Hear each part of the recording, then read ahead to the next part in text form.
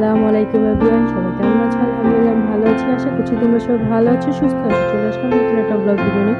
এই ভিডিওটা আরও 2 দিন আগে দেওয়ার কথা ছিল, কিন্তু আমি একটু অসুস্থ থাকার কারণে, ব্যস্ত থাকার কারণে আমি তোমাদের সাথে ভিডিওটা শেয়ার করতে পারি। তো এর আগে তো রান্নার যে ভিডিওটা ছিল সেটা তো তোমাদের সাথে শেয়ার করেছি, আর তোমরা ভালো রেসপন্স দিয়েছো, এটা আমার কাছে খুবই ভালো লেগেছে। এতগুলো মানুষ আমার ভিডিওটা দেখেছে, এটাই আমি আল্লাহর কাছে লাখ লাখ শুকরিয়া আদায় করি। 5 জন দেখলেই পাখি, সেটাই কি কম নাকি? কেউ কারো গুরুত্বপূর্ণ সময় থেকে বের করে আমার ভিডিওটা 2 মিনিট দেখেছে, সেটাই অনেক কিছু।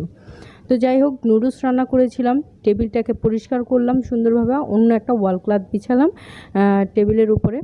আর এখন হচ্ছে কি আমরা নুডলস খেয়ে নিলাম। নুডলস খেয়ে ঘরটটগুলো একটু গুছিয়ে নেব, আর বিছানাটা ঝেড়ে নেব, শুধু চাদর পাল্টাবো না, কারণ এমনিতে তো তেমন কোনো আয়োজন করছি না। তবে যারা আসছে আসলে তারা ঘরের মানুষ হলেও তারাও কিন্তু মেহমানদের জন্যই তো এত আয়োজন। তো ওদেরকে আগে রেডি করে নেব। আর আমি আমার জামাটা চেঞ্জ করে নিয়েছি, আজকে আমি এই জামাটাই পরবো, কারণ বাইরে তো আর যাচ্ছি না, ঘরেই থাকছি। সবে ঘরের মধ্যেই করা রান্নাবান্না করলাম, কেকও নিয়ে আসছি। তো কেকটা আসলে খুবই মজা হয়েছিল, খুবই ভালো হয়েছিল খেতে। তো আগে ইয়ামিনকে রেডি করে দেব, তারপর আলিফকে রেডি করব। আলিফ বলতেছে যে আজকে তোমার সব মনোযোগ শুধু ইয়ামিনের কাছে, আমি তো তোমার কেউই না, আমি তোমার কিছুই হই না।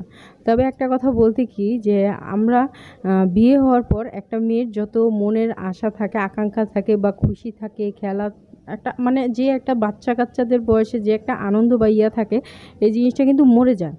ওই ফিলিংসটা আর থাকে না, আবেগটা কাজ করে না। কিন্তু বাচ্চা হওয়ার পরে যখন ওদের সাথে আমরা খেলাধুলা করি, ওদেরকে নিজের চোখের সামনে বড় হতে দেখি, তখন নিজেদের ছোটোবেলাটা মনে হয় যে আবার আমরা সেই দিনগুলো উদযাপন করছি, বা ওদের সাথে উপভোগ করছি, যে আমার ছোটোবেলাটাও হয়তো এরকম ছিল, বা আমিও হয়তো ছোটোবেলায় এভাবেই সব কিছু করেছি।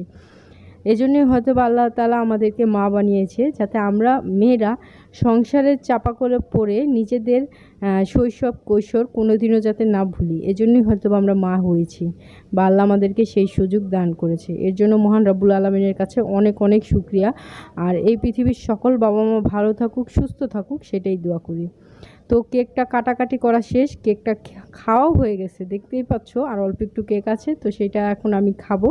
কারণ আমি আবার পাশে, যেহেতু অনেকক্ষণ আগেই রান্নাবান্নাগুলো করেছি, তো সেইগুলো আমি একটু গরম করছিলাম, কারণ ঠান্ডা জিনিস খেতে তো ভালো লাগে না।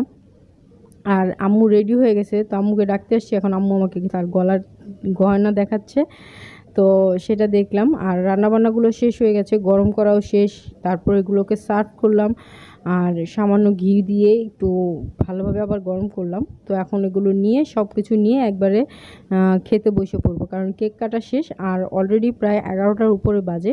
এখন যদি না খাই তাহলে পেটের ভিতরে শুধু ইঁদুর না, হাতিসহ দৌড়াবে। তো চলো খাওয়া দাওয়াটা শেষ করে নিই। আর রান্নাবান্নাগুলো কিন্তু খুবই ভালো হয়েছিল, সবাই বলেছে। আর তোমরা যেই পরিমাণে আমার গতকালকের ভিডিওটা রেসপন্স দিয়েছো, সেটাতে আমি আসলে বুঝতে পেরেছি। ভালো খারাপ বলতে পারি না, তবে চেষ্টা করেছি সবাইকে ভালোভাবে আপ্যায়ন করার, বা সবাইকে সঠিকভাবে যাতে এই দিনটাকে আমরা উদযাপন করতে পারি সেটার জন্য। তবে আমি মন থেকে একটু খুশি না, কারণ আলিফের ইয়ামিনের বাবা ছিল না আমাদের সাথে। সে এতগুলো ঈদ পার করলাম, জন্মদিন, বিবাহবার্ষিক, যে কেউ যাক না কেন, আসলে তাকে ছাড়াই সব কিছু করলাম। চলো খাওয়া দাওয়া শেষ করে নিই, তারপরে কোক খাবো। তো কোক খেয়ে তারপর ভিডিওটা আজকে এখানেই শেষ করব। তোমরা সবাই ভালো থেকো, সুস্থ থেকো, আর আমার ব্লগগুলো লাইক কমেন্ট শেয়ার করো। আল্লাহ হাফেজ।